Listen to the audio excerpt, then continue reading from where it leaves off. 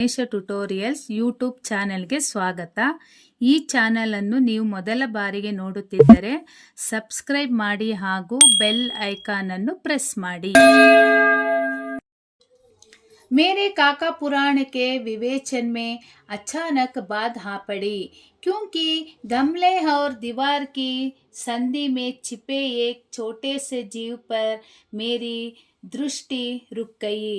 ಇದ್ದಕ್ಕಿದ್ದಂಗೆ ಕಾಗೆಗಳ ವಿಷಯದ ಬಗ್ಗೆ ಅವರು ಮಾತಾಡಿಕೊಂಡು ನಂತರ ಅವರ ದೃಷ್ಟಿ ಒಂದು ಹೂವಿನ ಪಾಟಿನ ಕಡೆ ಬಿತ್ತು.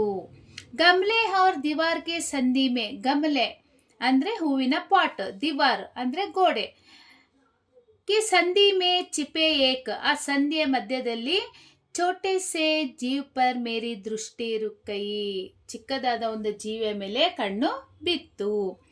ನಿಕಟ್ ಜಾಕರ್ ದೇಕಾ, ಹತ್ರ ಹೋಗ್ಬಿಟ್ಟು ನೋಡ್ತಾರೆ. ಗಿಲ್ಹರಿ ಕಾ ಏಕ್ ಛೋಟಾ ಸಾ ಬಚ್ಚಾ ಹೇ, ಅಳಿಲಿನ ಒಂದು ಚಿಕ್ಕದಾದ ಮರಿಯಲ್ಲಿ ಬಿದ್ದಿತ್ತು. ದೋ ಸಂಭವತಃ ಘೋಸ್ಲೆ ಸೆ ಗಿರಾ ಪಡಾತ, ಬಹುಶಃ ಅದು ತನ್ನ ಗೂಡಿನಿಂದ ಕೆಳಗಡೆ ಬಿದ್ದಿತ್ತು.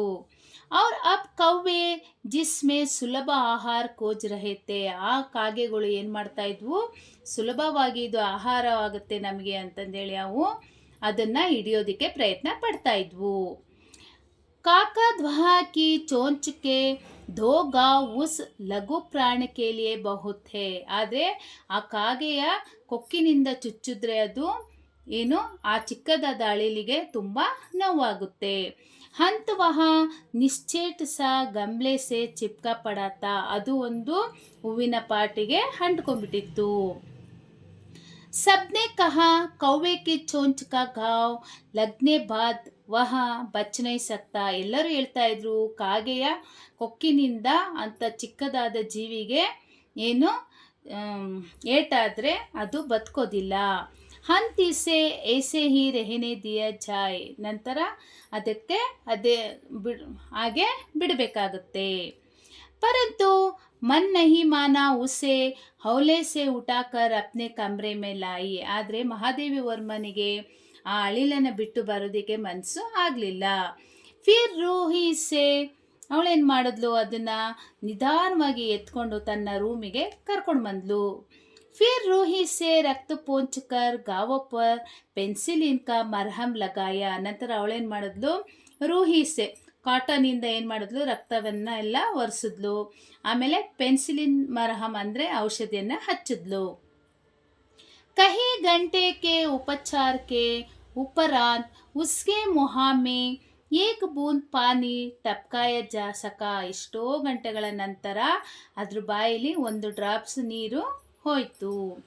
तीसरे दिन वह इतना अच्छा और आश्वस्त हो गया कि मेरी उंगली अपने दो नन्हे पंजों से पकड़कर नीले कांच के मोतियों जैसा आंखों से इधर उधर देखने लगा.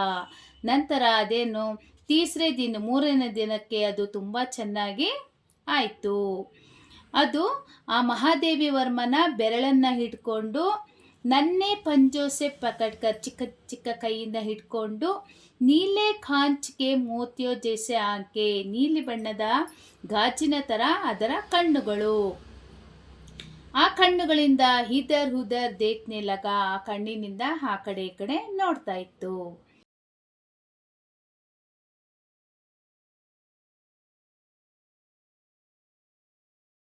बच्चों अगले का पार्ट 3 वीडियो में डालती हूँ, ध्यान से देखो और पढ़ो. इसका नोट्स बायो लिंक में अपलोड करती हूँ, देखो बच्चों. ಲೈಕ್ ಮಾಡಿ, ಶೇರ್ ಮಾಡಿ, ಸಬ್ಸ್ಕ್ರೈಬ್ ಮಾಡಿ, ಡೌಟ್ಸ್ ಇದ್ದರೆ ಕಮೆಂಟ್ ಮಾಡಿ. Thank you.